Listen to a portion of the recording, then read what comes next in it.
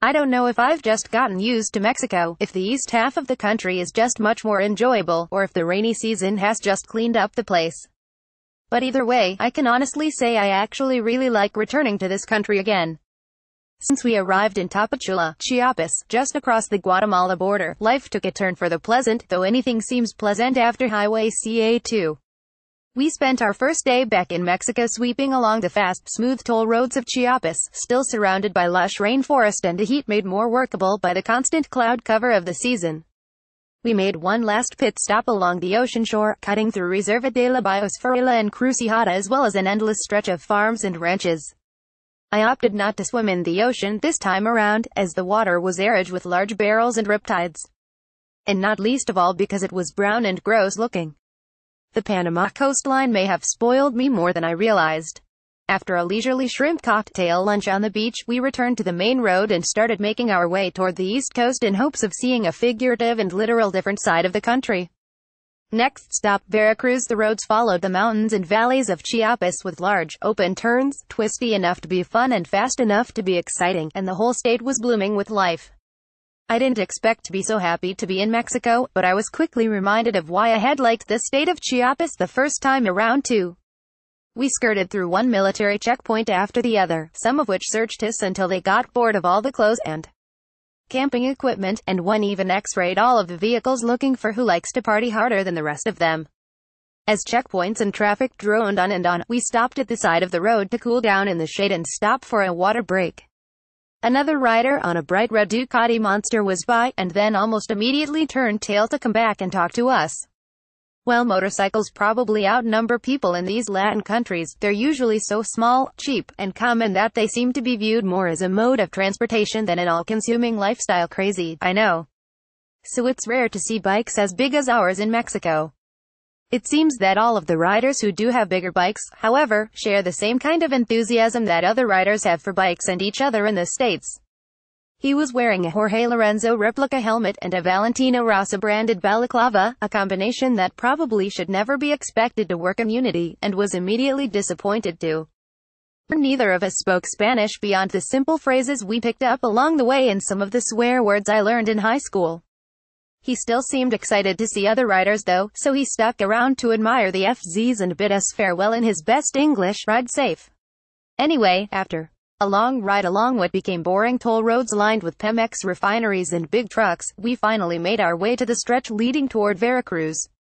With about 30 kilometers to go, Hollywood coasted to the side of the road, hot, exhausted, and with a chain that seemed to be spinning in place on its front sprocket. We had replaced the rear in Panama, but it turned out the front sprocket needed a little more urgent attention than expected. He tried to limp it a little farther, but being so close to town, I figured now was as good a time as any to get my money's worth on that overpriced Mexican insurance I bought before we left. After 30 minutes of awkward attempts at communication, yelling over semis that seemed to be in open rebellion with their mufflers, we switched to WhatsApp so we could communicate through text and GPS tracking, and had a tow truck on its way. Of course, Mexican roadside assistance in the boonies is about as fast as you expect it might be. We chilled under an overpass for about 2 hours, hanging out with the kind of disturbingly large red ants that nightmares are made of and a slightly less large herd of escaped goats. Having tied down bikes many times while hauling my way out to the racetrack and back over the years, I struggled not to cringe as the tow truck driver haphazardly wrapped his straps around the handlebars and seat of Hollywood's FZ-01. As I put all my gear on, I also struggled not to be jealous as Hollywood got to hop into an air-conditioned cab. I'm not really sure if the fz-07's reliability was really a win today or not. I followed them into the city, saving us the effort of navigating the typical poorly marked unlabeled Mexican city streets, and we ordered some new sprockets to be dropped off at a local DHL hub. Then we signed up for some scuba diving at a nearby dive shop. Diving in Veracruz was interesting, to say the least. As we had only gotten the lower-level scuba diver certification in Belize, we opted to raise our licensing level to a full open-water certification in a place where the full course and 6 dives and all of the rental equipment cost less than one dive did to the south. Of course, for your savings, you also had the disadvantage of learning from people who spoke almost no English with equipment that was at a few notches above passable.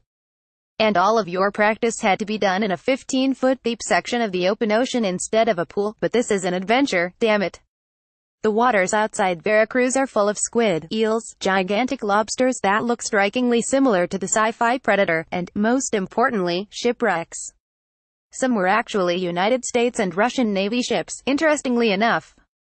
If you go far enough out, supposedly there are also some Spanish treasure ships from centuries past that sunk after leaving Veracruz, so I'll have to come back and see those someday. Finishing my open water certification was hugely satisfying, but, unfortunately, our timing was less spectacular. As we went to pick up our parts the next day, the winds were howling something fierce, and the sea was in mortal combat with itself. Apparently a huge hurricane had been brewing off the coast, first tearing through the Yucatan, with Veracruz directly in its path. I've already ridden outside a tornado, so I think it's reasonable to buckle down and not feel like I've lost all of my toughness points, right? Looks like I'll be here a few extra days.